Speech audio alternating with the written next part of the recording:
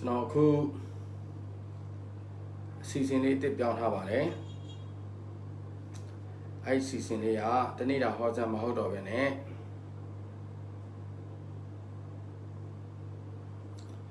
မေးကြမယ်ဟောကြမယ်အစီအစဉ်ဖြစ်ပါတယ်ဒီအစီအစဉ်လေးကို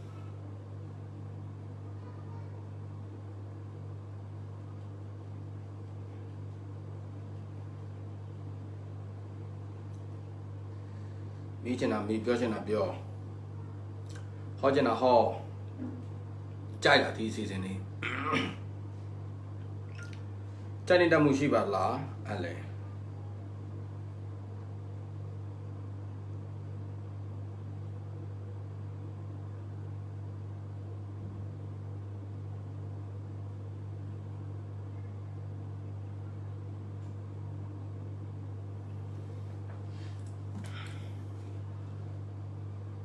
တန်ကြလား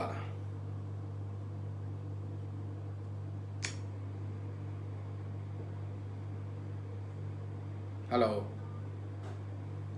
တန်ကြလား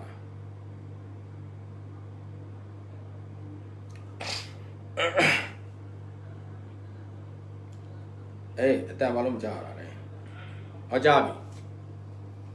အတန်ကြโอเคအတန်ကြပြီအဲ့တော့စလိုက်အောင်စမယ်ဆိုစာရီမမြင်ရတဲ့ဒီနောက်ကနဲ့ဆောက်လိုက်မယ်ဒါမှစာရီမြင်ရမှာရွှေဝါဖူးနဲ့ရွှေဝါထွန်းနဲ့ပါအမျိုးတော်တယ်ရွှေဝါထွန်းရဲ့သမီးလားတနေ့တာဟောသန်းလေးတော့ခဏနားလိုက်မယ်ဗျာနေတိုင်းတနေ့တာဟောသန်းကြီးပဲဆိုတော့ကြာလာတော့လည်းပြင်းမကောင်းရယ်နော်အဲ့တော့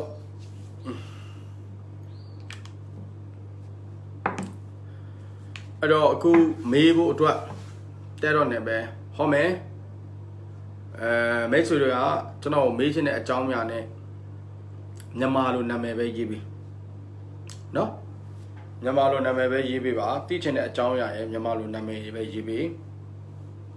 တချို့အင်္ဂလိပ်လိုရေးတာကျွန်တော်မဖတ်တတ်ဘူး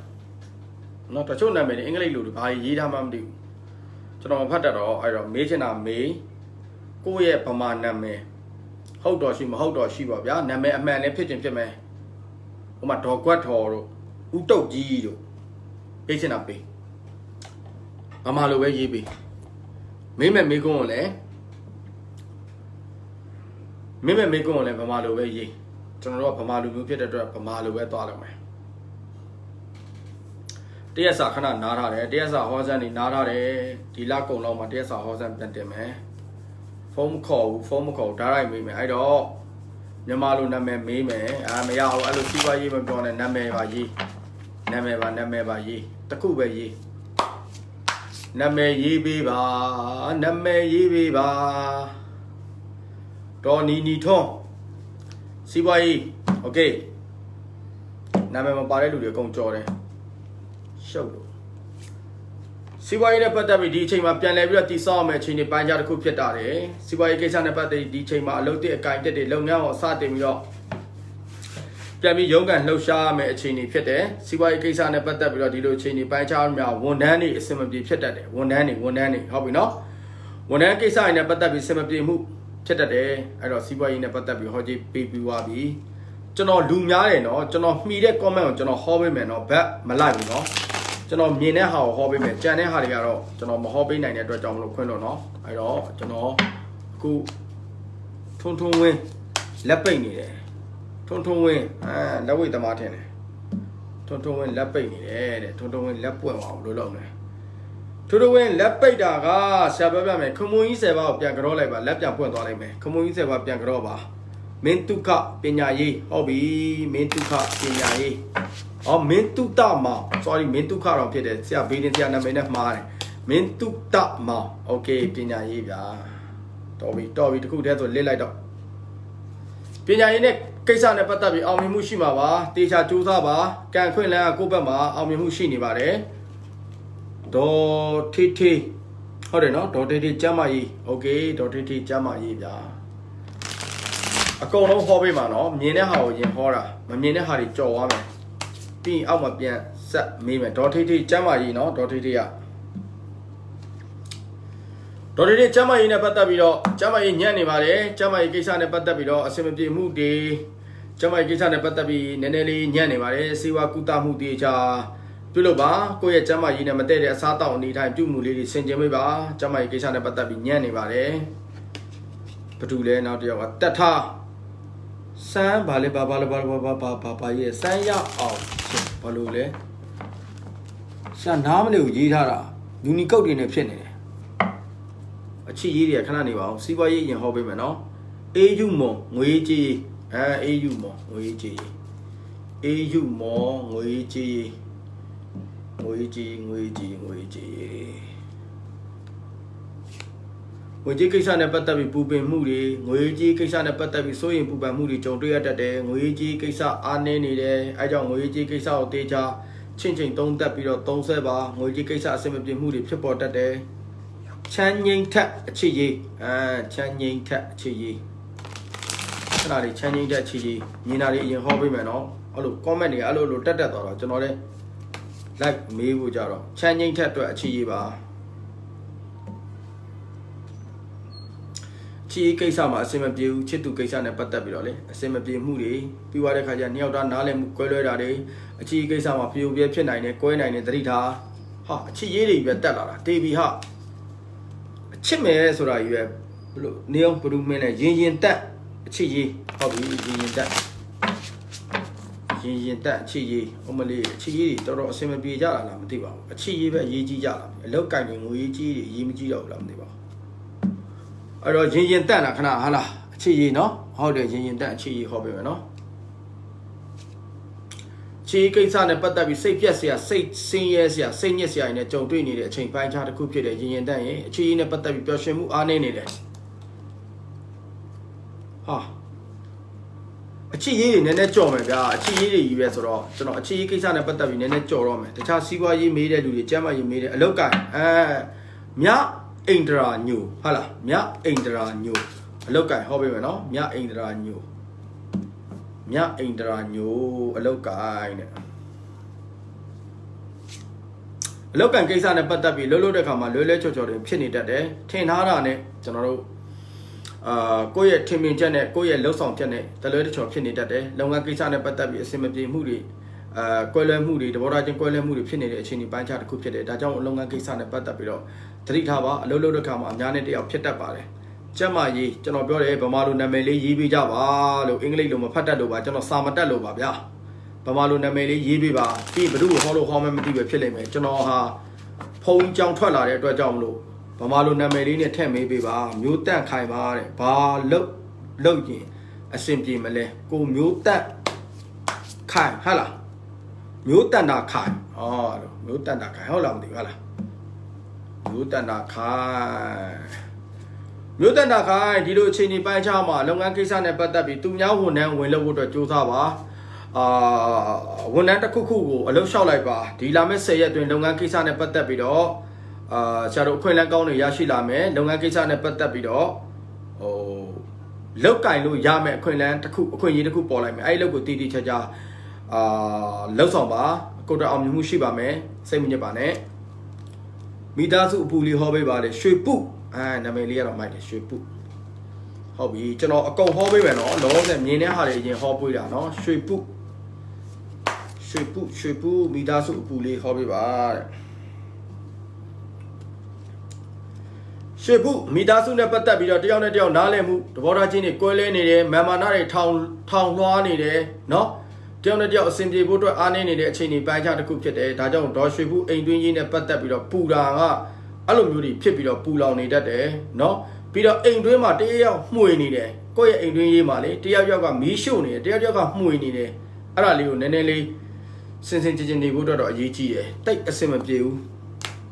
တက်ပိုင်ဦးစီးပွားရေး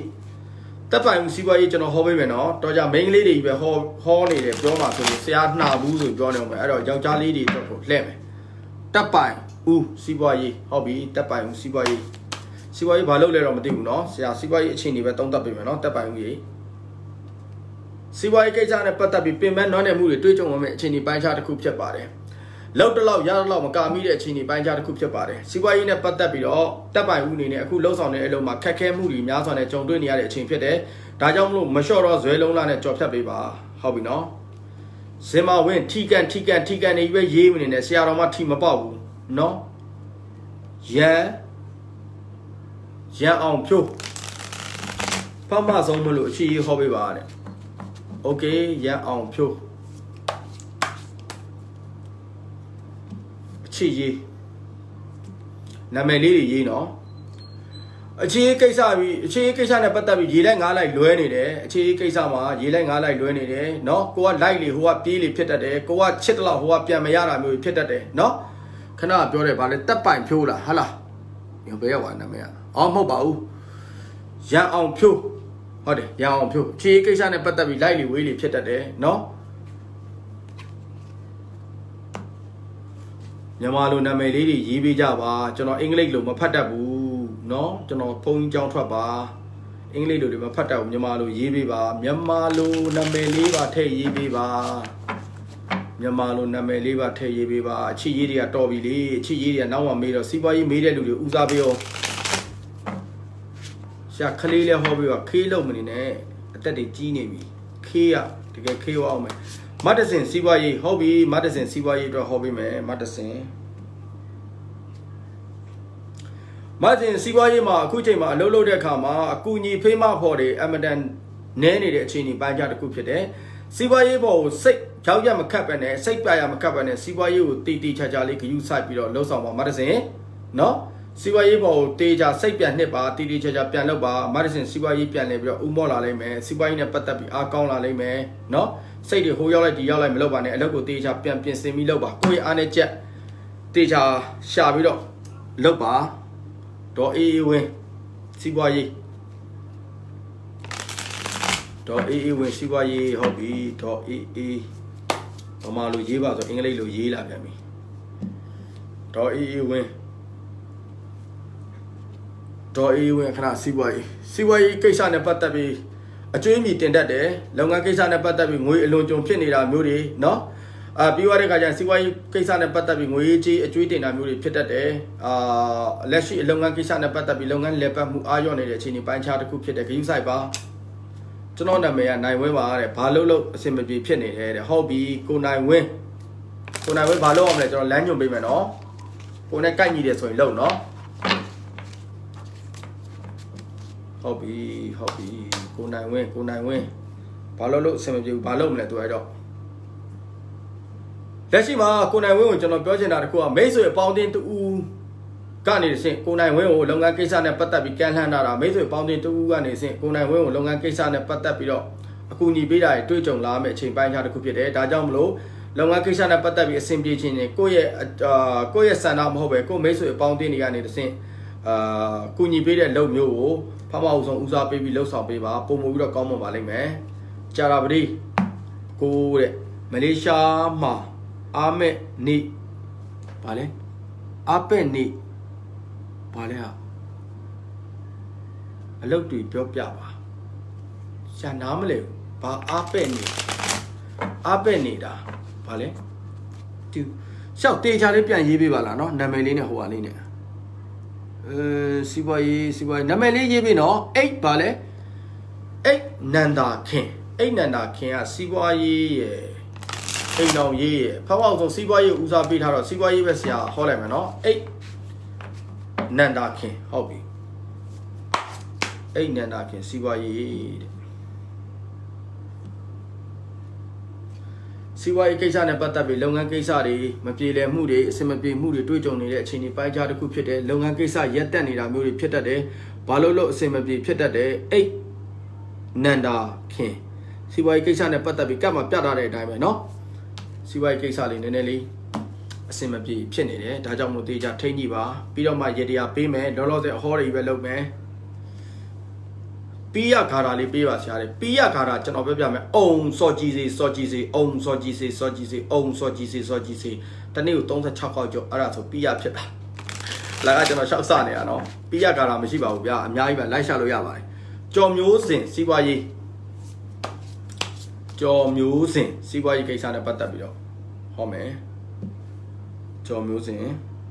ကျော်မျိုးစင်စီးပွားရေးကိစ္စနဲ့ပတ်သက်ပြီးပြန်လည်အဆင်ပြေလာလိမ့်မယ်ကျွန်တော်တို့ဆုံးရှုံးသွားတဲ့ငွေကြီးဆုံးရှုံးသွားတဲ့လုပ်ငန်းတွေဒီလာမဲ့ကျွန်တော်တို့2လအတွင်းမှာအဆင်ပြေမှုတွေရရှိလာမယ်ကိုယ့်ရဲ့မိဟောင်းဆွေဟောင်းကိုယ့်ဘော်ကောင်းခဲ့တဲ့လူတွေနဲ့ပြန်လည်ဆိုပြီးတော့တွေ့ဆုံရမယ်ပြီးတော့ကိုယ့်ရဲ့လုပ်ငန်းကိစ္စနဲ့ပတ်သက်ပြီးကူညီပေးမဲ့လူတွေနဲ့တွေ့ရှိရမယ့်အခြေအနေပိုင်းခြားတစ်ခုဖြစ်တယ်ဒါကြောင့်မလို့ကိုကျော်ဘယ်သူလဲခဏမေးလိုက်တာကျွန်တော်လည်းမှတ်ဉာဏ်တိတ်မကောင်းဘူးပဲတခါလေးကြာရင်ကျော်မျိုးစင်เนาะစီးပွားရေးနဲ့ပတ်သက်ပြီးတော့เนาะပြန်လည်ပြီးတော့ဥမော့လာတော့မယ်ရဲတင်းနဲ့လောက်ပါ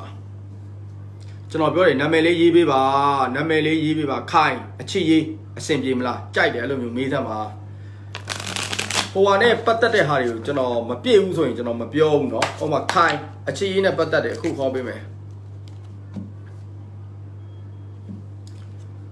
ခိုင်အချစ်ရေးကိစ္စကတော့ချစ်သူနဲ့ခဏခွဲရတာမျိုးချစ်သူနဲ့ခဏအဆက်အသွယ်ပြတ်တာမျိုးချစ်သူနဲ့ခေတ္တခဏစိတ်ဆိုးစိတ်ကောက်ဖြစ်တာမျိုးတွေဖြစ်တတ်တယ်သတိထားပါအချစ်ရေးတွေပဲတက်လာတာ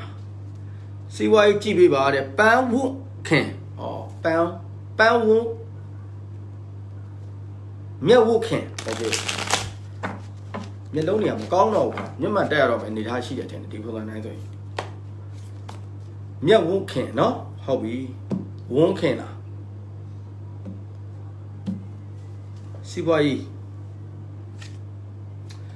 စီဝါရေးကိစ္စမှာမမျှော်လင့်ထားမယ်နဲ့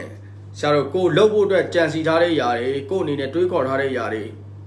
အစင်မပြေဖြစ်တာတခုခုကြောင့်အလွဲကြော်ဖြစ်တယ်ဒီလိုကိစ္စနဲ့ပတ်သက်ပြီးစီးပွားရေးကိစ္စနဲ့ပတ်သက်ပြီးစိတ်တက်ကြစရာဝမ်းနည်းစရာသတင်းစကားတခုကြားရပါလိမ့်မယ်မဆိုးကငွေကြီးဟိုမလီငါတော့သိမှာပဲမဆိုးကငွေကြီးနာမည်မရေးတတ်ဘူးလားဟိုတယောက်နာမည်ရေးပါဆိုနာမည်မရေးဘူးနာမည်ရေးတဲ့ဟာတွေပဲဟောမယ်နာမည်မရေးတဲ့ဟာတွေမဟောဘူးနော်မြန်မာလိုနာမည်ရေးမဆိုးငွေကြီးကိစ္စနဲ့ပတ်သက်ပြီးတော့မိတ်ဆွေပေါင်းတဲ့နေတဲ့စကားများတတ်တယ်ငွေကြီးကိစ္စနဲ့ပတ်သက်ပြီးတော့ကျွန်တော်တို့တယောက်နဲ့တယောက်ရန်ဖြစ်စကားများတာထင်လဲတာတွေပေါ်ပေါက်တတ်တယ်သတိထားပါငွေကြီးကိစ္စပြဿနာဖြစ်တတ်တယ်စီးပွားရေးနဲ့ပတ်သက်ပြီးသိချင်တယ်ပရေးစီးပွားရေးဆရာဟောပေးမယ်အခု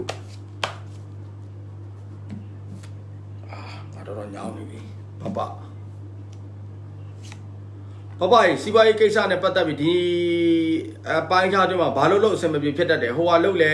အဆင်မပြေဒီဟာမလို့လဲအဆင်မပြေဒါကြောင့်မလို့လုပ်ငန်းကိစ္စနဲ့ပတ်သက်ပြီးတော့တစ်လလောက်တစ်ချက်လောက်နားလိုက်ပါเนาะတစ်လလောက်တစ်ချက်လောက်နားလိုက်ပါစီးပွားရေးတွေပြန်လည်ပြီးတော့အဆင်ပြေလာလိမ့်မယ်ဝင်းဤဖြိုးဆရာနိုင်ငံခြားအလုပ်ကန်လေးဝင်းဤဖြိုးဟုတ်ပြီဝင်းဤဖြိုး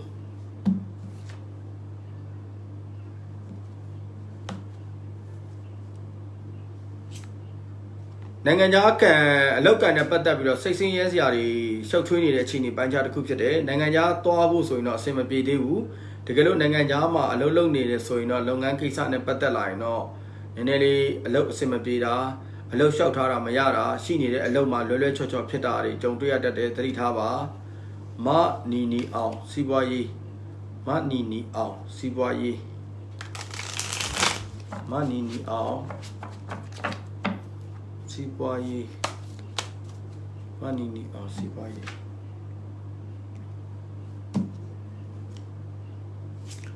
မနီအောင်စီးပွားရေးကမြင်တဲ့အတိုင်းပဲเนาะငွေကြီးဆုံးရှုံးမှုတွေစီးပွားရေးနဲ့ပတ်သက်ပြီးမပြေလည်မှုတွေကိုယ့်ဘော်တစ္ဆာဖောက်မှုတွေကြုံတွေ့ရတယ်ဒါကြောင့်မလို့စီးပွားရေးကိစ္စနဲ့ပတ်သက်ပြီးတော့သတိထားပါငွေကြီးဆုံးရှုံးတာတွေသူများလိမ်ညာတာတွေပေါ်ပေါက်တတ်တယ်မိုးခိုင်ငွေကန်လေးမိုးခိုင်ငွေကန်လေး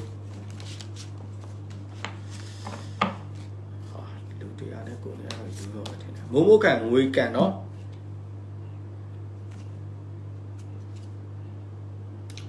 ငွေကြီးကိစ္စနဲ့ပတ်သက်ပြီးချီထားငှားထားတာရှိတယ်ဆိုရင်အဲ့ချီထားငှားထားတဲ့လူတွေကနေစင်ကိုယ့်ကိုပြန်မပေးတာငွေကြီးကိစ္စနဲ့ပတ်သက်ပြီးဆုံးရှုံးတော့ပေါ်ပေါ်တက်တယ်ကိုယ့်ဘက်ကစေတနာနဲ့ငွေကြီးကုညီထားတဲ့ကိစ္စတွေကိုယ့်ဘော်ပြန်လဲစော်ကားတာကိုယ့်ပြန်လဲတိုက်ခိုက်တာကြုံတွေ့ရမယ့်အချိန်ပိုင်းခြားတစ်ခုဖြစ်တယ်ငွေကြီးကိစ္စနဲ့ပတ်သက်ပြီးစိတ်မချမ်းမြေ့စရာတွေဒီအချိန်မှာတွေ့ကြုံလာတတ်ပါတယ်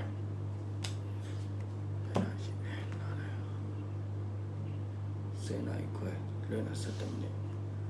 မိုးဆက်ကဗျာဘာဖြစ်လဲမိုးဆက်ကဗျာ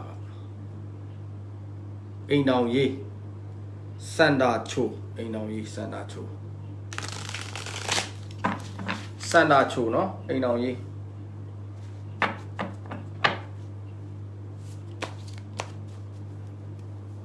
don't know. You know, ye. You know, you can't say but be the only deal. Sagamia and Pita, the only deal, simply moody Pita. You know, you can't say but be the pine chardema, a year never do any shallow. Demia changing, Demia who are named a chain by Jacupede. Get General Pen, I know, I don't know, phone that call, I don't know, phone sub over horror. Jala, General, you don't it. General Doka, General TV. I don't know, you are on phone at home. Okay.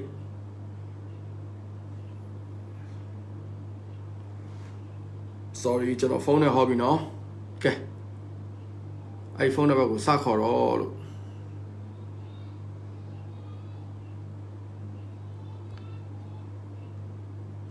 iPhone about Sakura hobby. Hello? Hey, tell me, John, we need to create.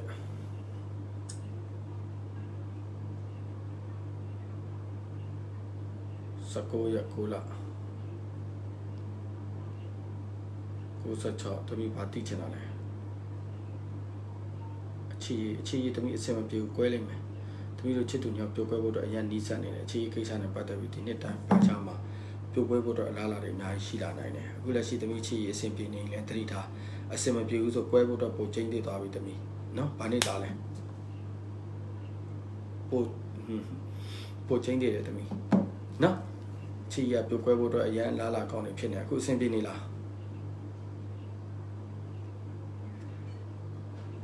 Could you cite the dinner by Jaramachi, Puquan? No? Jala. No, dinner, and then it. However. Get false up. Phone it to the Kobiba. Phone when I look on hobby, like my pan. Hello? Okay, Minglava.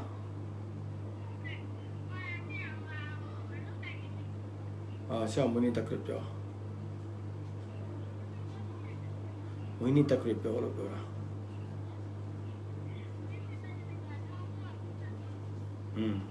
Lao Yakao. A partition of yourself. Let's see about it.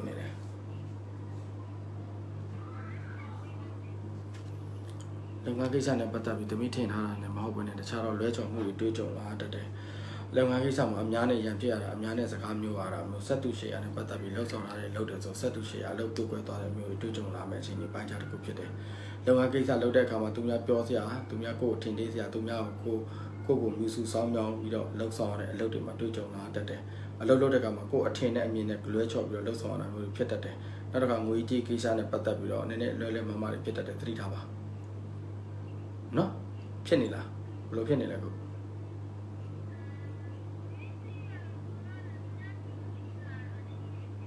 I don't know. Not good. We gave an apatavico, Lolo the Kama, semi pida. We take a load of Kajama, walk up Jam Pina, and we put at 3 no? Okay. Kojabia.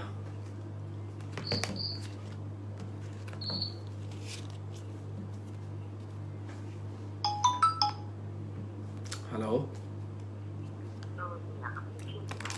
Who's in it?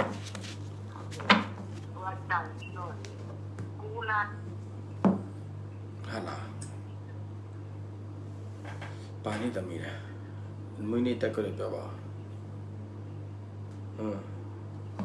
how dare bow, we need to go see out the chapter you are.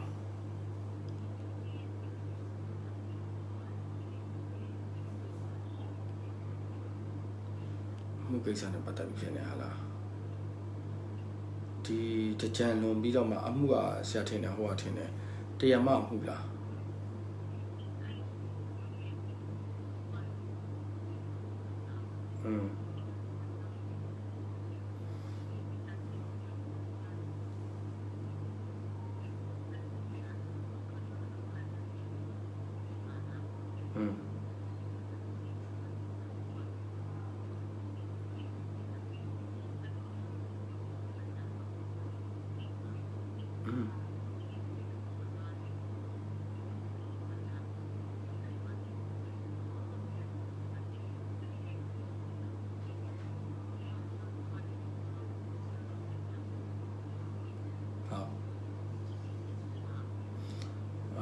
ဆက်ပြောမယ်ဒီမှုကိစ္စနဲ့ပတ်သက်ပြီးတော့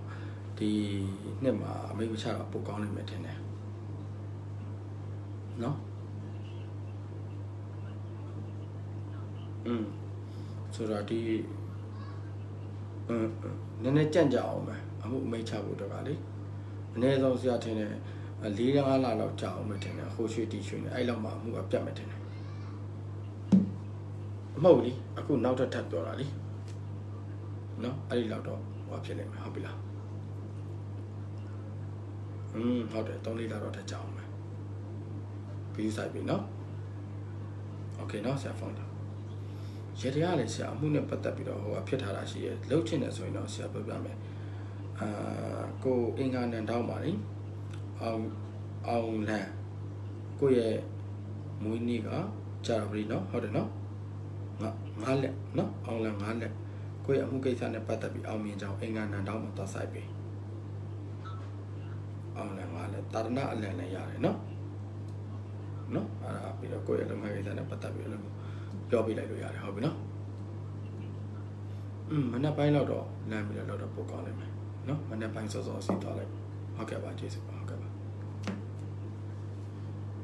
ကျွန်တော်တနေ့တာဟောသံဟောတော့မယ်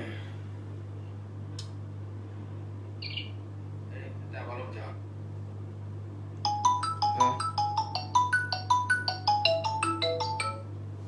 ဟယ်လို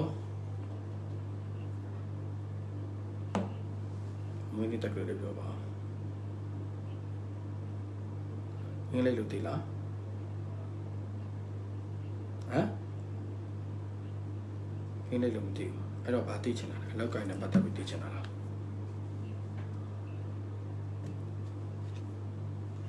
ချဲ့ဖို့တော့ဆိုရင်တော့ချဲ့ရင်းနဲ့ငွေကြီးကြံ့ကြာသွားတာလေသူများတွေမှာချီးရငားတာဖြစ်တတ်တယ်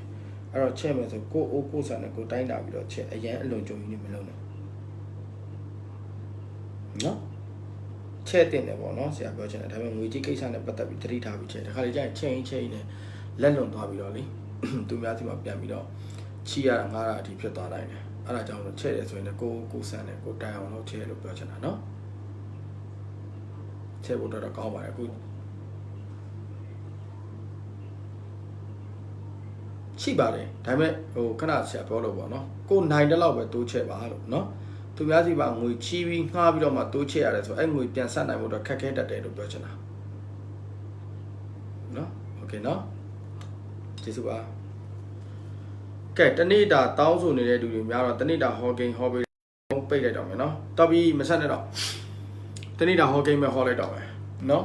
လူတော်တော်များများလည်းဟောပေးပါပြီအခုကတနေ့တာဟောကိန်းနဲ့ပတ်သက်ပြီးတော့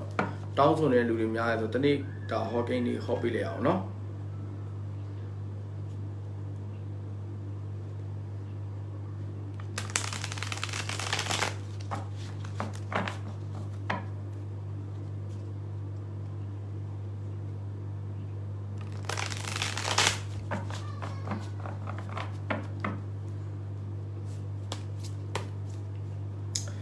ကဲစလိုက်အောင်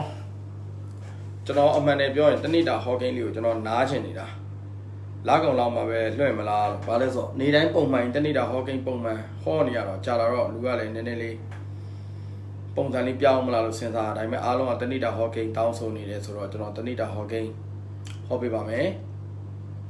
တနေ့တာကျွန်တော်ပုံမှန်တိုင်းဟောအောင်မလားဒါမှမဟုတ်တူတူတုတ်တုတ်ဟောအောင်မလားကျွန်တော်တစ်ချက်တော့ပြောပေးပါဖုန်းမခေါ်ပါနဲ့တော့ကျွန်တော်တနေ့တာဟောကိန်းဟောလိုက်တော့မယ်နော်ပုံမှန်တိုင်းပဲဟောလိုက်ပါမယ်နော်ပုံမှန်တိုင်းပဲဟောလိုက်တော့မယ်ပုံမှန်နဲ့ကြိုက်တယ်မလား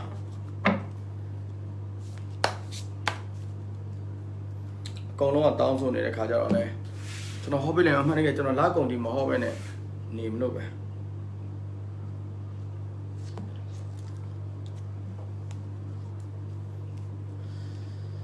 အဲ့တော့မနေ့က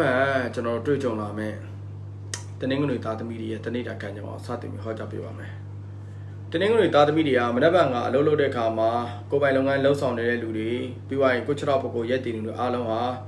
မထင်မှတ်ထားဘဲနဲ့လုပ်ငန်းကိစ္စနဲ့ပတ်သက်ပြီးရန်ဖြစ်တာတွေစကားများတာတွေဖြစ်တတ်တယ်စကားအငင်းခုန်ပြောတတ်တယ်သတိထားပေးပါနောက်တစ်ခုကတော့ငွေကြီးကိစ္စပါကိုယ့်ရဲ့မိသားစုရေးရာကိုယ့်ရဲ့ချီးကိစ္စတွေနဲ့ငွေကြီးကိစ္စကုံဆုံးတတ်ပါတယ် ယောဂပိုင်းအခြေအနေနဲ့ပတ်သက်ပြီးပြောရမယ်ဆိုလို့ရှိရင်ကျွန်တော်တို့ခေါင်းထိုးခေါင်းကိုက်တာတွေဖြစ်ပေါ်တတ်မဲ့အခြေအနေပိုင်းခြားတစ်ခုဖြစ်ပါတယ်အခြေအကိစ္စနဲ့ပတ်သက်ပြီးတော့မနက်ဖြန်ကတနင်္ဂနွေသားသမီးတွေဟာအခြေအကိစ္စနဲ့ပတ်သက်ပြီးမပြေလည်မှုအဆင်မပြေမှုဘေးပတ်ဝန်းကျင်တွေကြောင့်အခြေရေးမှာအနှောက်အယှက်ဖြစ်မှုတခြားလူတဦးတစ်ယောက်ကြောင့်ကိုယ့်ရဲ့အခြေကိစ္စမှာအငင်းကုန်ပြရတာမျိုးတွေစကားများရတာမျိုးတွေတွေ့ကြုံလာမဲ့အခြေအနေပိုင်းခြားတစ်ခုလည်းဖြစ်ပါတယ်အိမ်တော်ရေးကိစ္စမှာတော့ငွေကုန်ကြေးကျများနေရတတ်တယ်အိမ်မှုကိစ္စတခြားသောအလုပ်ကိစ္စနဲ့ငွေထွက်ဖို့အတွက်အလားအလာတွေရှိနေတဲ့အခြေအနေပိုင်းခြားတစ်ခုဖြစ်တယ်ငွေထွက်ဖို့အတွက်အလားအလာတွေများနေတယ်ဒါကြောင့်လို့ငွေကြီးကိစ္စနဲ့ပတ်သက်ပြီးအိမ်တော်ရေးမှာစီစစ်ပြီးတော့30ပါလို့ပြောချင်ပါတယ်အစိုးရဝန်ထမ်းရုံးဝန်ထမ်းတွေကမနက်ဖြန်ကလုပ်ငန်းကိစ္စနဲ့ပတ်သက်ပြီးတော့ကျွန်တော်တို့ကိုယ့်ရဲ့အထက်လူကြီးရဲ့ကိုယ့်ဘော်စူပူတိမ်မောင်းခြင်းကိုယ့်အထက်လူကြီးကကိုယ့်အပြစ်ပေးခြင်းဒါမှမဟုတ်ဘာမှမဟုတ်တဲ့ကိစ္စလေးနဲ့ကိုယ့်ရဲ့နာမည်ကုန်တဲ့ထိကြိုက်တဲ့ကြောဆိုမှုဆက်ဆံမှုတွေတွေ့ကြုံလာမယ့်အခြေအနေပိုင်းခြားတစ်ခုလည်းဖြစ်ပါတယ်မေးချင်တဲ့လူတွေနောက်မှမေးကြပါလားဗျာကျွန်တော်တနေ့တာဟောစမ်းလေးဟောနေလို့လေနော်ပြီးမှပဲကျွန်တော်တို့ဟောကြပါလို့เนาะတနေ့တာဟောစမ်းလေးကိုဟောနေပါပြီလို့အဲ့ခါကျရင်ဟိုဘက်မှာဟောပေးဖို့တိတ်အဆင်မပြေလို့ပါလို့တာဦးလေးပါတားလေးလားသမီးလေးလားတီးချင်တယ်တဲ့ဟောပေးပါမယ်လို့เนาะအဲ့လိုမျိုးစာကြီးခဏမတက်ပါနဲ့ပြီးရင်ဟောပေးပါမယ်ဟုတ်ပြီเนาะတနေ့တာဟောစမ်းတောင်းဆိုနေတဲ့လူတွေရှိလို့တနေ့တာဟောစမ်းလေးတစ်ချက်လောက်ဟောလိုက်ပါမယ်ပြီးမှပဲဖုန်းပြန်ဖွင့်ပါမယ်ခဏလေးပါเนาะ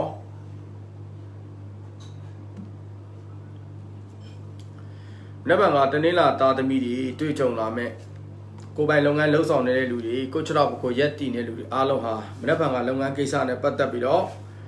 ့အတွေ့အထိအမြင်တစ်လုပ်ငန်းအသစ်တွေတိုးချဲ့ရမယ့်အခြေအနေပိုင်းခြားတစ်ခုလည်းဖြစ်ပါတယ်လုပ်ငန်းကိစ္စနဲ့ပတ်သက်ပြီးတော့အရေးကြီးကိစ္စဆောင်ရွက်ရမယ့်ကိစ္စတွေမနက်ဖြန်ကလှုပ်ဆောင်ရမယ့်အခြေအနေပိုင်းခြားတစ်ခုလည်းဖြစ်ပါတယ်တနေ့လာသားသမီးတွေကမနက်ဖြန်ကလုပ်ငန်းကိစ္စနဲ့ပတ်သက်ပြီးတော့အားနည်းချက်တစ်ချက်တော့ရှိပါတယ်လောဘကြီးပြီးတော့အလုပ်လုပ်တာလိုရင်ဆန္ဒကြီးပြီးတော့အလုပ်လုပ်တဲ့အရာတွေသတိထားပေးပါလောဘကြီးပြီးလုပ်တဲ့အလုပ်တွေမှာမနှက်ဖန်ကအဆင်မပြေဘဲနဲ့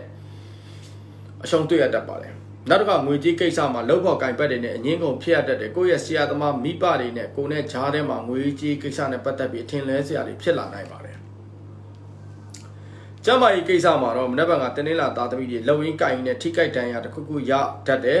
အလုပ်ကိစ္စနဲ့ပတ်သက်ပြီးတော့လှုပ်ဆောင်နေရင်းနဲ့ထိကြိုက်တန်ရတာမျိုးအလုံးလုံးနေနဲ့နေထိုင်မကောင်းဖြစ်တာမျိုးအလုံးလုံးနေနဲ့သူ့ဟာသူအလုံးလုံးနေခေါင်းထိုးခေါင်းကိုက်ဖြစ်တာမျိုးတွေ့ကြုံလာမယ့်အခြေအနေပိုင်းခြားတစ်ခုလည်းဖြစ်ပါတယ်အခြေကိစ္စမှာတော့သူများကိစ္စနဲ့အချိန်ကုန်နေရတတ်ပါတယ်ကိုချစ်သူရဲ့တငယ်ချင်းကိစ္စကိုချစ်သူရဲ့မိသားစုကိစ္စ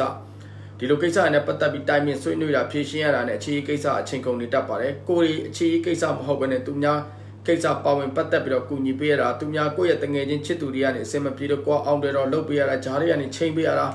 ဒီလိုမျိုးအခြေကိစ္စနဲ့ပတ်သက်ပြီးသူများကိစ္စကိုကူညီပေးရယူမနက်ဖြန်ကအချိန်ကုန်တတ်ပါတယ်မနက်ဖြန်ကကြုံတွေ့လာမဲ့တနင်္လာသားသမီးအိမ်အောင်တွေအနေနဲ့မနက်ဖြန်ကငွေကြီးကိစ္စနဲ့ပတ်သက်ပြီးအပေးယူလုပ်ထားတဲ့လူတွေတနင်္လာသားသမီးတွေလွဲချော်တာတွေတွေ့ကြုံလာမယ်ငွေကြီးကိစ္စနဲ့ပတ်သက်ပြီးချီတာငှားထားတဲ့လူတွေကလည်းမနက်ဖြန်ကကျွန်တော်တို့ငွေရနိုင်မှုအတွက်အခွင့်အလမ်းကောင်းနေပါတယ်ဒါကြောင့်မလို့ငွေကြီးအချီငှားမလုပ်ကြနဲ့ငွေကြီးကိစ္စနဲ့ပတ်သက်ပြီးရင်းနှီးမြှုပ်နှံရတဲ့အလုပ်တွေမှာလက်ဆောင်တတ်တယ်ပြီးတော့မမျှော်လင့်ထားပဲမိသားစုအချင်းချင်းတယောက်နဲ့တယောက်ကျွန်တော်တို့အစင်မပြေဖြစ်မှုအထင်လွဲမှုတွေအနှင်းငယ်တွေ့ကြုံလာမယ့်အခြေအနေပိုင်းခြားတစ်ခုလည်းဖြစ်ပါတယ်မနက်ဖြန်ကလုပ်ငန်းကိစ္စနဲ့ပတ်သက်ပြီးတနေ့လာသားသမီးတွေကအလုပ်ငန်းကိစ္စနဲ့ပတ်သက်ပြီးအလုပ်ပိတတ်ပါတယ်နော်လုပ်ငန်းကိစ္စနဲ့ပတ်သက်ပြီးရှုပ်ထွေးတတ်ပါတယ်လူပင်ပန်းစိတ်ပင်ပန်းတွေ့ကြုံလာတတ်ပါတယ်ဆက်လက်ပြီးတော့ကျွန်တော်တွေ့ကြုံလာမယ့်အင်္ဂါသားသမီးတွေရဲ့တနေ့တာဟောခင်ဖြစ်ပါတယ်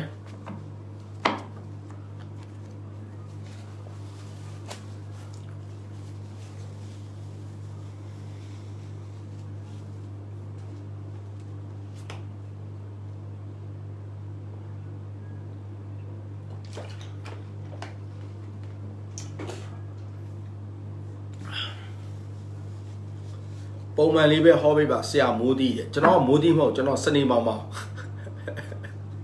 ကျွန်တော်မိုးသီးမဟုတ်ကျွန်တော်စနေဖောက်ဖောက်လာကားပါစတာနော်အဲ့တော့အင်္ဂါသားသမီးတွေမနေ့ကတွေ့ကြုံလာမဲ့တဏိတာကံကြမ္မာဖြစ်ပါတယ်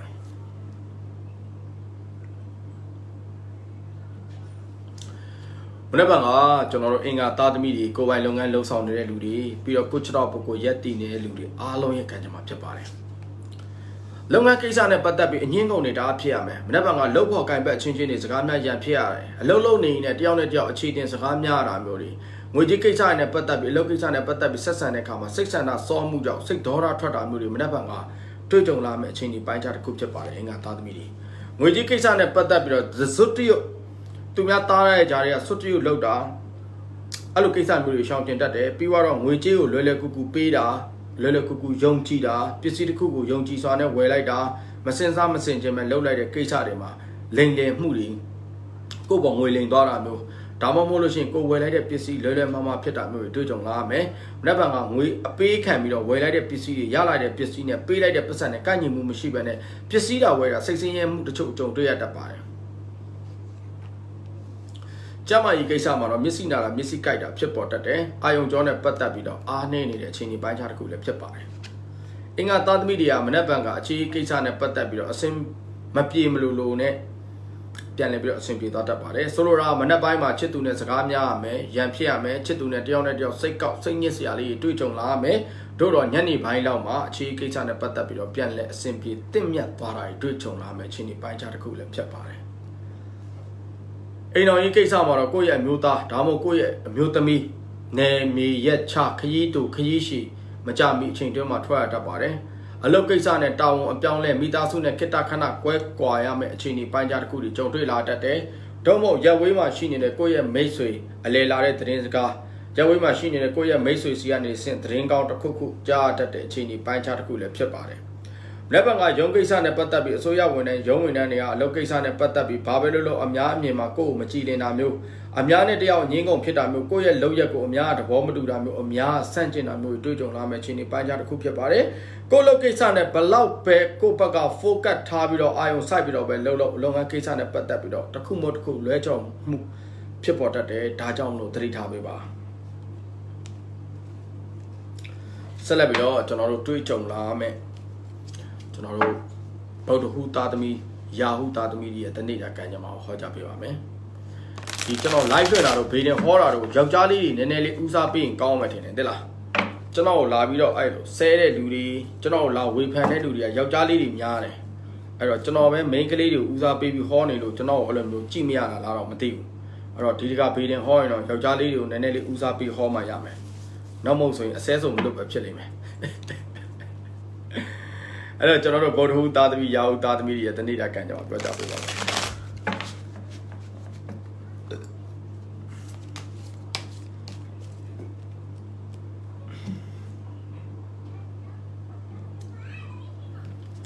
်မြတ်ဗန်ကကျွန်တော်တို့ဗုဒ္ဓဟူသားသမီးယာဟုသားသမီးတွေကျွန်တော်တို့ကိုယ်ပိုင်လုပ်ငန်းလုပ်ဆောင်နေတဲ့လူတွေပြီးတော့ကိုချတော့ပေါ့ကိုရက်တည်နေတဲ့လူတွေအားလုံးရဲ့ကံကြမ္မာဖြစ်ပါတယ်လုပ်ငန်းကိစ္စနဲ့ပတ်သက်ပြီးမြတ်ဗန်ကမိတ်ဆွေပေါင်းတင်ခေါင်းတွေရရှိလာမယ့်အခြေအနေပိုင်းခြားတစ်ခုဖြစ်ပါတယ်မိတ်ဆွေတွေနဲ့ပူးပေါင်းပြီးလှုပ်ဆောင်တဲ့လုပ်တွေမှာအောင်မြင်မှုရရှိမယ်ကိုယ့်ရဲ့လုပ်ငန်းကိစ္စနဲ့ပတ်သက်ပြီးတော့ကိုယ့်ရဲ့မိတ်ဆွေပေါင်းတင်တွေရဲ့အကူအညီချင်းရရှိမယ့်အခြေအနေပိုင်းခြားတစ်ခုဖြစ်ပါတယ်လုပ်ငန်းကိစ္စနဲ့ပတ်သက်ပြီးဝယ်ပြီးတော့ယင်းနှိမ့်နှံထားတဲ့ပစ္စည်းတွေရောင်းထွက်သွားလို့ကိုယ်အနေနဲ့အမျက်ဆုံးရရှိမဲ့အခြေအနေပိုင်းခြားလေးတစ်ခုဖြစ်ပါတယ်။လုပ်ငန်းကိစ္စနဲ့ပတ်သက်ပြီးကောင်းသတင်းတွေကျွန်တော်တို့တွေ့ကြုံလာမယ့်အခြေအနေပိုင်းခြားတစ်ခုလည်းဖြစ်ပါတယ်။မနေ့ကကျွန်တော်တို့ငွေကြေးကိစ္စနဲ့ပတ်သက်ပြီးတော့လုပ်ငန်းကိစ္စမှာယင်းနှိမ့်နှံရလို့ငွေကြေးဆုံးရှုံးတာမျိုးတွေဆုံးရှုံးတာမဟုတ်ဘူးနော်ငွေကြေးကုန်ဆုံးတာမျိုးတွေလည်းဖြစ်ပေါ်တတ်တယ်။ပြီးသွားတဲ့အခါကျရင်ကျွန်တော်တို့မမျှော်လင့်ထားဘဲနဲ့ကိုယ့်ရဲ့ငွေကြေးတွိုင်းလိုင်းနဲ့ကြပြောက်တတ်ပါတယ်။သတိထားပေးပါ။မနေ့ကကျမ်းမာရေးနဲ့ပတ်သက်ပြီးအစာအစိတ်တင်တာတွေဖြစ်ပေါ်တတ်တယ်အစားတောက်အနေထိုင်လေးဆင်ခြင်ပေးပါအစားတောက်နဲ့မတင်လို့ဘိုင်အောက်ဘိုင်နာတာမျိုးအစားတောက်နဲ့မတင်လို့အလက်ချက်ထတာမျိုးတွေတွေ့ကြုံလာမယ့်အခြေအနေပိုင်းခြားတစ်ခုလည်းဖြစ်ပါတယ်အခြေကိစ္စနဲ့ပတ်သက်လာရင်တော့မနေ့ကကိုယ့်ဘက်ကဘလောက်ပဲကိုချစ်သူကိုပေးဆက်ပြီးတော့ပဲချစ်ချစ်မနေ့ကကိုချစ်သူပေါ်ကိုဘလောက်ပဲခွင့်လွှတ်ပြီးတော့ပဲချစ်ချစ်ဘလောက်ပဲနားလဲအခြေကိစ္စနဲ့ပတ်သက်ပြီးတော့ကိုယ့်ရဲ့စေတနာတွေပြန်အစော်ကားခံတိတာကိုယ့်ကိုကြမ်းတမ်းတဲ့စကားအပြောဆိုခံတိတာမနေ့ကတွေ့ကြုံလာမယ့်အခြေအနေပိုင်းခြားတစ်ခုဖြစ်ပါတယ်အဲ့တော့သူ့ဟာသူအခြေကိစ္စနဲ့ပတ်သက်ပြီးကိုယ့်ကိုကြမ်းတမ်းပြောသူ့ဟာသူကိုယ့်ကိုပြဿနာရှာပြီး तू မသိတလို့ तू မလုပ်တလို့ကိုယ့်ကိုပြန်လဲပြီးတော့ပတ်သက်တာမျိုးတွေလည်းတွေ့ကြုံလာနိုင်ပါတယ်လက်ဗန်ကကျွန်တော်တို့ဗုဒ္ဓဟူသားသမီးယာဟုသားသမီးအိမ်တော်တွေနဲ့အရန်အားကောင်းနေတဲ့အချိန်ဒီပိုင်းခြားဖြစ်ပါတယ်လုပ်ငန်းအသစ်လုပ်ဖို့အတွက်မြေဝယ်ဖို့အတွက်အိမ်ဝယ်ဖို့အတွက်ခြံဝယ်ဖို့အတွက်ကားဝယ်ဖို့အတွက်အကောင်းဆုံးနေ့မြတ်လေးတစ်ခုဖြစ်ပါတယ်မနေ့ကအိမ်မှာကျွန်တော်တို့အမှတ်တရမိသားစုပျော်ရွှင်စရာအတွေ့အကြုံလာမယ့်အချိန်ဒီပိုင်းခြားတစ်ခုဖြစ်ပါတယ်ငွေကြီးကိစ္စနဲ့ပတ်သက်ပြီးတော့လည်းငွေကြီးလက်လာပတွေပွင့်လင်းနေတဲ့အချိန်ဒီပိုင်းခြားတစ်ခုလည်းဖြစ်ပါတယ်အဲ့တော့မနေ့ကကျွန်တော်တွေ့ကြုံလာမယ့်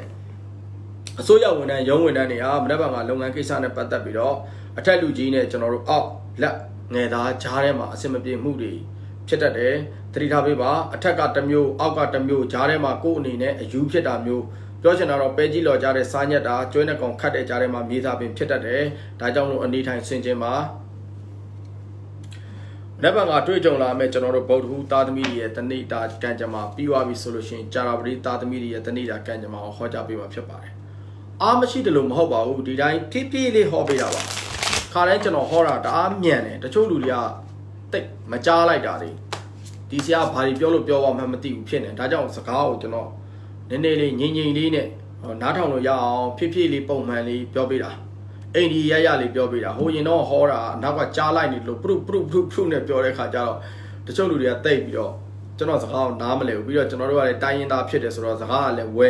တချို့စကားတွေကြတော့သူတို့ခါခါနာနာမသိမှစိုးလို့ကျွန်တော်ဖြည်းဖြည်းလေးနဲ့မှန်မှန်လေးဟောပေးခြင်းဖြစ်ပါတယ်အဲ့တော့ကြာလာပတိသားသမီးတွေမနက်ဖြန်ကတွေ့ကြုံ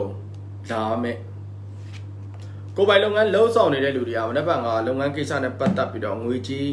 းဆုံးရှုံးမှုတွေပေါ်တတ်တယ်ကိုယ့်ရဲ့ငွေကြီးကိစ္စကိုသူများလှည့်တာလုပ်ငန်းကိစ္စမှာတွေ့ကြုံလာမယ်ကိုယ့်ရဲ့ငွေကြီးကိစ္စသူများကိုပေးထားတာပြန်တောင်းရခက်တယ်လုပ်ငန်းကိစ္စနဲ့ပတ်သက်ပြီးငွေချေထားတာကနေတစ်ဆင့်ငွေကြီးအရှုပ်ရှင်းဖြစ်တတ်တာမျိုးတွေ့ကြုံလာမယ်ချင်းဒီပိုင်းခြားတစ်ခုဖြစ်ပါတယ်ဘလို့ပဲဖြစ်ဖြစ်မနက်ဖြန်ကငွေကြီးကိစ္စနဲ့ပတ်သက်ပြီးလုပ်ငန်းခွင်မှာရင်းနှီးမြှုပ်နှံမှုစဉ်းစားထားတယ်ဆိုရင်အနေငယ်လေးချင်းချင်းပြီးတော့သုံးသပ်ပေးပါကိုယ့်အလုပ်ကိစ္စမဟုတ်ပဲသူများအလုပ်ကိစ္စနဲ့အချိန်ကုန်နေရတတ်တယ်ပြီးတော့ငွေကြီးကိစ္စနဲ့ပတ်သက်ပြီးမနက်ဖြန်ကဝင်လာစရာရှိရင်အလုံးလိုက်ရင်းလိုက်ဝင်တယ်ဒါပေမဲ့ထွက်လာစရာရှိရင်လည်းအလုံးလိုက်ရင်းလိုက်ထွက်တတ်ပါတယ်ဒါကြောင့်မလို့ကျွန်တော်တို့မနက်ဖြန်ကကြာလာပတိသားသမီးတွေကငွေကြီးကိစ္စနဲ့ပတ်သက်ပြီးတော့အိတ်ပေါက်နဲ့ဖားခောက်တာမျိုးဒါမှမဟုတ်လို့ချင်းဝင်တလောက်ပြန်ထွက်တာမျိုးတွေ့ကြုံလာမယ်အချိန်ဒီပိုင်းခြားတစ်ခုဖြစ်ပါတယ်မငေးတာအောင်ကျမကြီးကိစ္စနဲ့ပတ်သက်လာရင်တော့မနက်ဖြန်ကလက်မီးပူလောင်တာမျိုးအပူဟတ်တာမျိုးတွေ့ကြုံလာမယ်အချိန်ဒီပိုင်းခြားတစ်ခုဖြစ်ပါတယ်အစိတ်ရှိတဲ့ insect ပိုးတစ်ကောင်ကိုကိုက်ချင်းခံရတတ်ပါတယ်ဒါမှမဟုတ်လို့ချင်းခန္ဓာကိုယ်မှာယားနာအဖုလေးပေါက်တာတွေ့ကြုံလာမယ်အချိန်ဒီပိုင်းခြားတစ်ခုလည်းဖြစ်ပါတယ်ကြာလာပြီးသားသမီးတွေမနက်ဖြန်ကအချီးကိစ္စနဲ့ပတ်သက်ပြီးတော့ကိုယ့်ရဲ့ချစ်သူနေထိုင်မကောင်းဖြစ်တာကိုယ့်ချစ်သူဖျားတာနာတာစေကန်းသွားတာစီသူစီတောက်ပြုတ်လို့ရတယ်ဆိုတဲ့သတင်းစကားတွေကြားရမယ်အချိန်ဒီပိုင်းခြားတစ်ခုလည်းဖြစ်ပါတယ်အိမ်တော်ရေးကိစ္စနဲ့ပတ်သက်ပြီးမနက်ဖြန်ကစိုးရင်ပူပန်မှုတွေများနေတဲ့အချိန်ဒီပိုင်းခြားတစ်ခုဖြစ်ပါတယ်အိမ်တွင်းရေးကိစ္စနဲ့ပတ်သက်ပြီးအဆင်မပြေမှုတွေဖြစ်ပေါ်တတ်တယ်မနက်ဖြန်ကအိမ်ရေးပြတ်တာတွေနော်ပြီးွားရင်ခန္ဓာကိုယ်နာကျင်တာကျန်းမာရေးညံ့တာစသဖြင့်ဒီလိုကိစ္စနဲ့ပတ်သက်ပြီးအိမ်တော်တွေတွေ့ကြုံလာမယ်အချိန်ဒီပိုင်းခြားတစ်ခုဖြစ်ပါတယ်အမျိုးသမီးပိုင်းနဲ့ပတ်သက်ပြီးပြောမယ်ဆိုအမျိုးသမီးယောဂဖောက်လဲဖောက်ပြန်ဖြစ်တတ်ပါတယ်အိမ်တော်တွေသတိထားပါလုပ်ငန်းကိစ္စနဲ့ပတ်သက်ပြီးမနက်ဖြန်ကကိုယ့်ရဲ့ဌာနကိုလုပ်ငန်းသမားအလုပ်သမားအတိတ်ရောက်တာဒါမှမဟုတ်လူကြီးအပြောင်းလဲဖြစ်တာတွေ့ကြုံလာမယ့်အချိန်ဒီပိုင်းခြားတစ်ခုဖြစ်ပါတယ်ကိုယ့်ရဲ့လုပ်ငန်းကိစ္စမှာရှိနေတဲ့ကိုယ့်ရဲ့ဝန်ထမ်းချင်းချင်းတယောက်နဲ့တယောက်အထင်လွဲမှုတွေမနက်ဖြန်ကပြန်လည်ပြီးတော့တင့်မြတ်လာမယ်တယောက်နဲ့တယောက်အမြင်မှန်ရလာမယ်လုပ်ငန်းကိစ္စနဲ့ပတ်သက်ပြီးတော့အစုလိုက်အဖွဲ့လိုက်အတင်းဖွဲ့လိုက်လှုပ်ဆောင်တဲ့အလုပ်တွေမှာအရန်အားကောင်းတယ်အရန်လည်းအဆင်ပြေမှုရရှိမှာပဲဖြစ်ပါတယ်ကဲဆက်လက်ပြီးတော့ကျွန်တော်တို့တောက်ကြသားသမီးတွေရဲ့တဏိတာကံကြမ္မာကိုဟောကြားပေးမှာဖြစ်ပါတယ်ကိုတဲ့ကိုကျွန်တော်တခါလေတဲတော့ဟောနေနေပြင်းလို့စတာနောက်တာပဲရှိတယ်နော်ဒါပေမဲ့ကျွန်တော်တဲတော့ဟောတဲ့အခါကျရင်တော့တေချာဟောပေးပါတယ်စတယ်နောက်တယ်ဆိုတာတယောက်တည်းပြောနေရတော့ကြာလာတော့ပြင်းလာတော့ဟာတာလေးပါလေးမအိတ်ငိုင်းအောင်ပြောတာပဲရှိတာပါနော်ကျွန်တော်မုံလို့တိတ်မရေးနဲ့ကိုတက်ခင်လားကိုမတက်ခင်လားကျွန်တော်မုံလို့တိတ်မရေးနဲ့ကျွန်တော်ကမွန်စာတိတ်မဖတ်တတ်ဘူးကျွန်တော်မွန်စကားပဲရတာစာကြတော့ကျွန်တော်တို့ငငယ်လေးကလေးရန်ကုန်ထွက်လာတဲ့ခါကျတော့မွန်စာတင်ဖို့အတွက်ကျွန်တော်တို့မှာအားနည်းချက်ဖြစ်သွားတယ်ညဝတီမလာဖြစ်သေးပါဘူးလက်ပါငါတောက်ကြသားသမီးတော့ဟောပေးပါမယ်1990ဘွန်းနဲ့ခုနှစ်ခုတဲ့အချီဟောပေးပါတယ်ချစ်သူကဘာဖြစ်တာလဲအဲ့ဒါပြီးရင်ဟောပေးမယ်လေနော်အရုပ်ကလေးလာပါလေပြီးရင်ဟောပေးမယ်နော်ခုကတော့ကျွန်တော်တို့ဟိုဟောအောင်မင်္ဂလာပါကိုဝေယံလင်းလက်နာမည်ကတော့လိုက်တယ်ဗျာမိုက်တယ်ဝေယံလင်းလက်ဆိုတော့ဗုဒ္ဓဟူးကြီးရွယ်နော်ဝေယံလင်းလက်ကြိုက်တယ်ဗျာအဲ့နာမည်လေးကြိုက်တယ်အဲ့တော့ကျွန်တော်အခုတောက်ကြရောက်ပြီနော်တောက်ကြကိုဟောလိုက်အောင်ရန်နေများနေလို့ကူညီပါရန်များနေရန်တေဝအောင်ရေတန်အောင်ဆောင်လိုက်ပါရေတန်အောင်စိန်တောက်ပြီးရှူပေါက်စတာနော်ပြီးသွားရင်ကျွန်တော်ရန်များတဲ့ကိစ္စဘယ်လိုမျိုးလဲဆိုတော့ကျွန်တော်ပြောပြပေးမယ်နော်နောက်ပါကကျွန်တော်တို့ တောက်ကြသားသမီးတွေလှုပ်လှုပ်တဲ့ခါမှာကိုယ့်ရဲ့ဝန်ထမ်းတွေဒဏ်ရာနာတရားရတာဒါမှမဟုတ်လို့ရှိရင်ကိုယ့်ရဲ့ဝန်ထမ်းတွေကျန်းမာရေးပတ်သက်ပြီးတော့အားနေတာကိုယ့်ရဲ့ဝန်ထမ်းကိုကျန်းမာရေးကုသခွင့်ပေးရတာကုသစရိတ်ပေးရတာကိုယ့်ရဲ့အလုပ်ငန်းကိစ္စလုပ်နေနေကိုယ့်ရဲ့ဝန်ထမ်းတွေထဲမှာဝန်ထမ်းအချင်းချင်းစကားများတာရန်ဖြစ်တာပြဿနာဖြစ်တာမနေ့ကဝန်ထမ်းရေးရနဲ့နည်းနည်းလေးရှုပ်ထွေးတတ်တယ်ပေါ့နော်ဝန်ထမ်းမှာဒဏ်ရာအနာတရားရတာကျန်းမာရေးညံ့တာလုံရင်းကိုင်းနဲ့ accident တစ်ခုခုဖြစ်တာတွေမနေ့ကအတွေ့အကြုံလာနိုင်ပါတယ်ငွေကြေးကိစ္စနဲ့ပတ်သက်လာရင်တော့မနေ့ကဆုံးရှုံးမှုတွေကြုံတွေ့လာမယ့်အခြေအနေပိုင်းခြားတစ်ခုဖြစ်တယ်ဒါကြောင့်တောက်ကြသားသမီးတွေမနေ့ကငွေကြေးဆုံးရှုံးမှုများတတ်ပါတယ်တောက်ကြသားသမီးတွေငွေကြေးကိစ္စနဲ့ပတ်သက်ပြီးတီးကြကင်တွေဖြည့်ရှင်းတာပုံမှုပြီးတော့ကောင်းမွန်နိုင်မယ်ပြီးတော့ငွေကြေးကိစ္စနဲ့ပတ်သက်ပြီးစိုးရင်ပူပန်ရမယ့်အပိုင်းတွေကြုံတွေ့လာမယ့်အခြေအနေပိုင်းခြားတစ်ခုဖြစ်တယ်မမျော်လင့်ထားမယ့်ငွေကြေးအမြောက်များဆုံးရှုံးတာမျိုးဒါမှမဟုတ်လို့ရှိရင်ကျွန်တော်တို့အမြောက်များရင်းနှီးမြှုပ်နှံရတာမျိုးတွေတွေ့ကြုံလာတတ်တယ်ဒါကြောင့်မို့မနေ့ကကျွန်တော်အနေနဲ့အသက်နိုင်ဆုံးပြောချင်တာတော့တောက်ကြသားသမီးတွေငွေကြေးကိစ္စနဲ့ပတ်သက်ပြီးတော့ဘယ်လိုခေါ်မလဲဆိုတော့နည်းနည်းအထိန်ကွတ်လေးနဲ့အလုပ်လုပ်တာပိုကောင်းနိုင်မယ်အထိန်ကွတ်မရှိဘူးဆိုရင်မနေ့ကငွေကြေးဆုံးရှုံးမှုပိုများနိုင်မယ်နော်မနေ့ကကျွန်တော်တို့တောက်ကြသားသမီးတွေကျမ်းမာရေးနဲ့ပတ်သက်လာရင်ကျွန်တော်အနေနဲ့ပြောချင်တာတော့ဒူးကောင်းနော်ဒူးစစ်တို့လက်စစ်တို့ဒူးကောင်းတို့ခြေစစ်တို့စသဖြင့်အဲ့ဒီနေရာတွေမှာအယိုးစစ်လွဲတာမျိုးတစ်ခုနဲ့စောင့်မိပြီးနာကျင်တာမျိုးတွေဖြစ်တတ်တယ်ဒါမှမဟုတ်လို့ရှိရင်အမှတ်မတင်ချော်လဲတာမျိုးတစ်ခုနဲ့တိုက်မိတာမျိုးတွေဖြစ်တတ်ပါတယ်တောက်ကြသားသမီးတွေကျမ်းမာရေးကိစ္စနဲ့ပတ်သက်ပြီးတော့ဆိုးဝါးရီတော့မဖြစ်ဘူးအဲ့လိုအသွားလာအဝင်ထွက်လေးနည်းနည်းလေးတတိထားလက်ညက်တာတို့ဒီလိုမျိုးကျွန်တော်ဖြစ်တာတော့တွေ့ကြုံလာမယ့်အခြေအနေပိုင်းခြားတစ်ခုဖြစ်ပါတယ်ဒီနေ့ဖြစ်တော့မလို့ဟုတ်ကဲ့ပါကိုထွန်းထွန်းရှောင်ကြပါဗျာကျွန်တော်ဘေးတင်ဟောပေးတယ်ဆိုတာရှောင်လို့ရအောင်ဟောပေးတာအဲ့ဒီတိုင်းဖြစ်အောင်ဟောပေးတာမဟုတ်ပါဘူးမှန်တယ်ပြောရင်ကျွန်တော်ဟောကိန်းမကောင်းတာဆိုမှားအောင်မှားစေချင်တာနော်အခြေကိစ္စမှာမနေ့ကအိမ်အောင်ပြုတ်မဲ့ကိစ္စယူမဲ့ကိစ္စနော်အဲ့ကိစ္စတွေနဲ့ပတ်သက်ပြီးတိုင်ပင်ပြဿနာဖြစ်နေမယ်တောက်ကြသားသမီးတွေအတက်နိုင်ဆုံးမနေ့ကအိမ်အောင်ရေးကိစ္စတွေမတိုင်ပင်နဲ့ငါတို့ဘရောယူကြမလဲတဲ့တယ်မလားငါတို့ယူဘယ်မှာမင်္ဂလာဆောင်ပါလဲအမေကိုဘရောလာတွေ့မှာလဲရှင်ရန်ကျမကိုယူရောယူမှာလားအဲ့လိုစကားတွေနဲ့စပြီးတော့ပြဿနာစတော့တာပဲနေကငါယူမယ်လို့ပြောနေဘာဖြစ်နေတယ်မအလုပ်ကိစ္စအဆင်မပြေသေးဘူးယူဖို့တော့ပဲပြောမယ်စတယ်ပဲပေါ့ဒီလိုကိစ္စတွေနဲ့ပတ်သက်ပြီးယူဖို့တိုင်ပင်ရနေစဉ်တယောက်နဲ့တယောက်နားလည်မှုသဘောထားချင်းကွဲလွဲတတ်တယ်သတိထားပေးပါနောက်တစ်ခါတောက်ကြသားသမီးတွေကျွန်တော်တို့အိမ်တော်ရေးကိစ္စနဲ့ပတ်သက်ပြီးဟောကြားပေးပါမယ်အိမ်တော်ရေးကိစ္စမှာတောက်ကြသားသမီးတွေကကျွန်တော်တို့အဆွဆွဲပြောဆိုခံတိတတ်တယ်တအိမ်လုံးနဲ့တယောက်အယူဝါဒကွဲလွဲတာတွေဖြစ်တတ်တယ်နော်ပြီးသွားတဲ့ခါကျရင်ကျွန်တော်တို့အများနဲ့တယောက်ရန်ဖြစ်ရတတ်တယ်ဒါကြောင့်မလို့ကျွန်တော်တို့နည်းနည်းလေးသတိထားပေးပ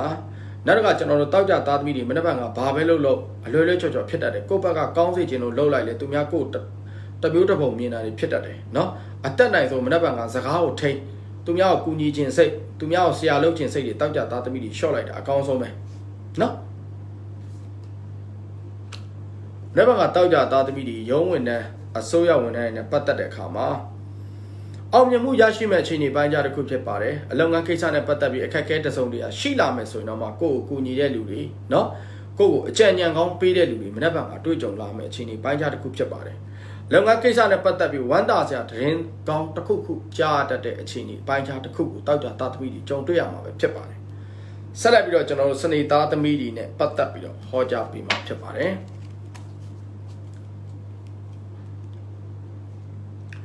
TikTok ဆယ်လီဆရာတဲ့TikTok ဘယ်လိုလုပ်ဆယ်လီလဲ TikTok ကဆယ်လီမဟုတ်ပါဘူးဗျာပျော်လို့ဆော့တာပါကိုအောင်ကြီးရေကျွန်တော်မင်းသားလုပ်လို့မရအောင်မင်းသားတော့လုပ်လို့ရတယ်ဂျပန်ဂရုံးနေရတယ်မင်းသားလုပ်မှရဂျပန်မှာမင်းသားလုပ်နေတယ်ပြောတယ်ကျွန်တော်သာရှောက်မှရအောင်ကျွန်တော်ရုပ်နေဘယ်လိုလုပ်မင်းသားဖြစ်မှာတော့ကိုကကျွန်တော်တို့အပျော်ဆော့တာပါကိုအောင်ကြီးရေဘာပဲပြောပေးတာကျေးဇူးတင်ပါတယ်နောက်ဆုံးကြံတဲ့စနေလေးဟောပေးလိုက်အောင်မယ်နော်မွန်ပြည်နယ်လာပေးပါအောင်ဆရာတဲ့မွန်ပြည်နယ်ကိုလာတော့တကယ်ပြောတယ်တော့မွန်ပြည်နယ်ကလာဖြစ်မှာပါကိုနယ်မြေပဲဘာလို့မလာမှာလဲနော်စနေကိုဟောလိုက်အောင်မယ်ပြီးတော့မှပဲစကားဆက်ပြောတာပေါ့နော်ဟုတ်ကဲ့မွန်ပြည်နယ်ကိုလာမှာပါမွန်စောမူထက်โอเคစနေသားသမီးတွေမနေ့ကလုပ်ငန်းကိစ္စနဲ့ပတ်သက်ပြီးတော့လုပ်ငန်းအသစ်တွေတိုးချဲ့ရတတ်တယ်လုပ်ငန်းကိစ္စနဲ့ပတ်သက်ပြီးသူများကိုယ်ဆက်သူရှယ်ယာလုပ်မလားလာပြီးတိုင်ပင်တာလုပ်ငန်းကိစ္စနဲ့ပတ်သက်ပြီးခွင့်လန်းကောင်းတွေရရှိမဲ့အခြေအနေပိုင်းခြားတစ်ခုဖြစ်တယ်တို့တော့စနေသားသမီးတွေမနေ့ကသတိထားပါငွေလိမ်ခံရတတ်တယ်လုပ်ငန်းကိစ္စနဲ့ပတ်သက်ပြီးပြောတာနော်လုပ်ငန်းကိစ္စနဲ့ပတ်သက်ပြီးတော့ငွေလိမ်ခံရတတ်တယ်နောက်တစ်ခါလုပ်ငန်းကိစ္စနဲ့ပတ်သက်ပြီးရပ်ဝေးခရီးသွားရတာတွေတွေ့ကြုံလာမဲ့အခြေအနေပိုင်းခြားတစ်ခုလည်းဖြစ်ပါတယ် နောက်တစ်ခါကျွန်တော်တို့ကြုံတွေ့လာမယ်ငွေကြေးကိစ္စနဲ့ပတ်သက်ပြီးမနေ့ကကျွန်တော်ဟောတာစနေသားသမီးတွေပိုချင်းနေတယ်ငွေကြေးကိစ္စနဲ့ပတ်သက်ပြီးဆုံးရှုံးမှုတွေငွေပြတ်တာငွေပြောက်တာတွေကိုယ့်ရဲ့ပစ္စည်းသူများခိုးတာတွေဒါမှမဟုတ်ကိုယ့်ရဲ့လက်ဝတ်ရတနာကိုယ့်ရဲ့တန်မိုးကြီးပစ္စည်းတစ်ခုခုပျောက်တာရှတာတွေစနေသားသမီးတွေကြုံတွေ့လာနိုင်တယ်သတိထားပေးပါနောက်တစ်ခါကျမ်းမာရေးကိစ္စနဲ့ပတ်သက်ပြီးစနေသားသမီးတွေကစိတ်ဆင်းရဲတာတွေဖြစ်တတ်တယ်စိတ်ထဲမှာကျွန်တော်တို့မတင်မကျဖြစ်စရာတွေဝမ်းနည်းစရာတွေတယောက်တည်းတွေးပြီးတော့ငိုကြွေးတာမျိုးတွေစနေသားသမီးတွေနော်စိတ်ပိုင်းဆိုင်ရာနဲ့ပတ်သက်ပြီးအားနည်းမှုပေါ့ဒီလိုမျိုးတွေစနေသားသမီးတွေဖြစ်ပေါ်တတ်ပါတယ်အခြေကိစ္စမှာလှေတံတစ်ဖက်နေတဲ့ကိစ္စနော်ကိုရီးယားဇလန်းဆန်ဆန်သုံးဝင်းဆိုင်ဇလန်းတွေဒီလိုကိစ္စနဲ့ပတ်သက်တဲ့သတင်းစကားတွေအရေးရောင်တွေဆွဆွဲပြောဆိုခံထိတာတွေတွေ့ကြုံလာမယ့်အခြေအနေပိုင်းခြားတစ်ခုဖြစ်ပါတယ်ကိုချစ်သူကကိုယ့်ဘောအထင်လွဲတာကိုချစ်သူကကိုယ့်ကိုစိတ်ကောက်တာဒါမှမဟုတ်လို့ရှင်ကိုမလောက်ပဲနဲ့ကိုချစ်သူကကိုယ့်ကိုအထင်လွဲပြီးတော့ပြောဆိုဆွဆွဲပြဿနာရှာတာမနေ့ကစနေသားသမီးတွေတွေ့ကြုံလာတတ်တယ်နောက်တစ်ခါကျွန်တော်တို့အိမ်တော်ရေးကိစ္စနဲ့ပတ်သက်ပြီးတော့မနက်ဖြန်ကငွေကြီးကိစ္စနဲ့ပတ်သက်ပြီးလင်းများချင်းစကားများတတ်တယ်ငွေကြီးကိစ္စနဲ့ပတ်သက်ပြီးတယောက်နဲ့တယောက်အငင်းကုန်ဖြစ်တတ်တယ်ဒါကြောင့်အိမ်တော်ရေးကိစ္စနဲ့ပတ်သက်ပြီးစနေသားသမီးတွေကငွေကြီးကိစ္စနဲ့ပတ်သက်ပြီးတိတ်ပြီးအပြောအဆိုမလောက်တာအကောင်းဆုံးပဲအလျှော့ရှင်းမလောက်တာအကောင်းဆုံးပဲမနက်ဖြန်ကကိုယ့်ယောက်ျားကိုယ့်မိန်းမငွေကြီးကိစ္စနဲ့ပတ်သက်ပြီးရောရောနှောနှောတိတ်မနေနဲ့ခက်ကင်းကင်းရှင်းရှင်းနေတာကောင်းတယ်အစိုးရဝန်ထမ်းရုံးဝန်ထမ်းတွေကမနေ့ကမမျှော်လင့်ထားမှနဲ့အပြောင်းရွှေ့တင်ထားတဲ့လူတွေအပြောင်းရွှေ့ကြပြီးဆိုတဲ့သတင်းစကားတွေယာရုတိုးတွေဆိုတဲ့သတင်းစကားတွေကြားတတ်တယ်။လုပ်ငန်းခွင်နဲ့ပတ်သက်ပြီးမမျှော်လင့်ထားပဲနဲ့ငွေကြီးထောက်ပံ့မှုတွေငွေကြီး tip money တွေ bonus တွေ outside တွေအားကောင်းနေတဲ့အချိန်တွေပိုင်းခြားတစ်ခုဖြစ်ပါတယ်။ဒါကြောင့်မလို့ငွေကြီးစမ်းပွင့်နေတဲ့အချိန်တို့တုံးတက်ပြီးတော့စနေသားသမီးတွေကိုဟောကြားပေးရမှာပဲဖြစ်ပါတယ်။ကဲအားလုံးပဲဟောကြားပေးပြသွားပြီဆိုတော့ဘာမေးချင်တော့ခဏအောက်မှာရေးနေတာတွေအများကြီးပဲ။ဟိုတယောက်ကကောင်းကင်ဘောလာမင်းလေးကဖင်မရပါနဲ့ဖင်မရပါဘူးလို့ဖင်ရရင်ဖင်ကုတ်မှာပေါ့လို့ကဲသူ့ဟာလေးကိုပြန်ဖြတ်လိုက်ပါအောင်ဖင်မရပါနဲ့ဆိုတော့ဖင်ပဲရမှာတော့ဖင်ရနေသူများရှိမှကုတ်နေပါပေါ့နော်ဖင်မရလို့ထိုင်ဟောနေတာပေါ့ဖင်ရနေဘေးတင်ဘလို့တော့ဟောနေဖင်ပဲထိုင်ကုတ်နေရမှာပေါ့ပြီးသွားပြီလေဘေးတင်ဟောတဲ့အစီအစဉ်ကပြီးသွားပြီလေကျွန်တော်ဟိုပါလေ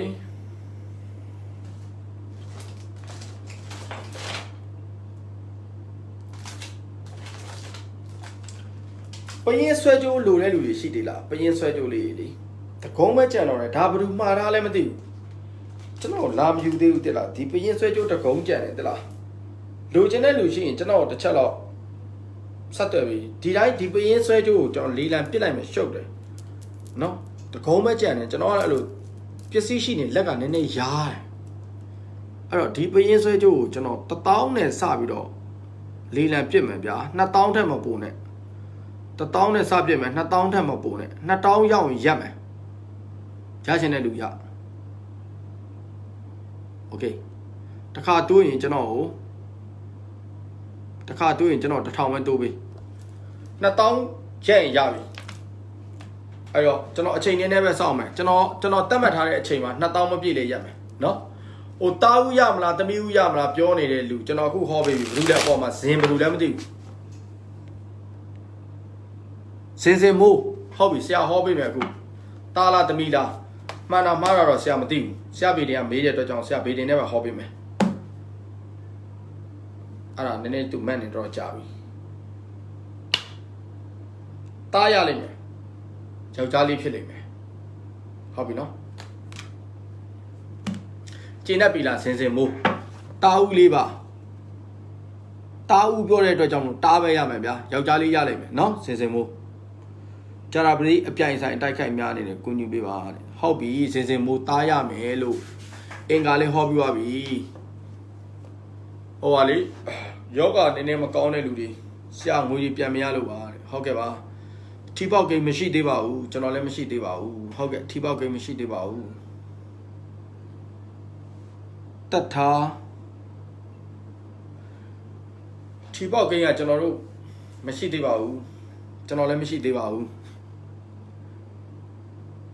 ပြီးသွားပြီကျွန်တော်ပြောနေတာပရင်ဆွဲကျိုးကိုရောက်နေအဲ့တော့ပရင်ဆွဲကျိုးလေးလံပြတ်ပတ်လို့မရှိတော့ပြန်ပိတ်လိုက်တော့မှတတ်လက်ဆောင်ပေးမလားဟုတ်တယ်ပေးတယ်လေလာယူလေဟောကန်လာယူပေးမယ်ပြီးပြီဘေးတင်ဟောတဲ့အစီအစဉ်ကပြီးပြီအခုမှဝင်ကြည့်တာတင်တယ်ပြီးပြီ ကဲကျွန်တော် live လေးရက်လိုက်အောင်45မိနစ်တောင်ရှိနေပြီဖုန်းမခေါ်ကြနဲ့တော့နော်ခေါ်တဲ့ဖုန်းတွေခဏပိတ်ထားပြီကျွန်တော်ဘေးတင်ဟောပြီးသွားပါပြီခင်ဗျာအခုအကုန်လုံးဟောပြီးသွားပါပြီကျေးဇူးတင်ပါတယ်ကျွန်တော်ဒီမှာပဲရန်နာခွင့်ပြုပါကျမတို့လင်များတာသမီဘာအရင်ဆုံးရမလဲတာသမီရမှာမေးလေးတာသမီရအောင်ရင်လောက်လိုက်လေဗျာအဲ့ဒါတက်တာနော်ဘိုင်ဘိုင်နော်ဟိုကလေးပြန်ဖြတ်လိုက်ပါမယ်ရှုပ်လို့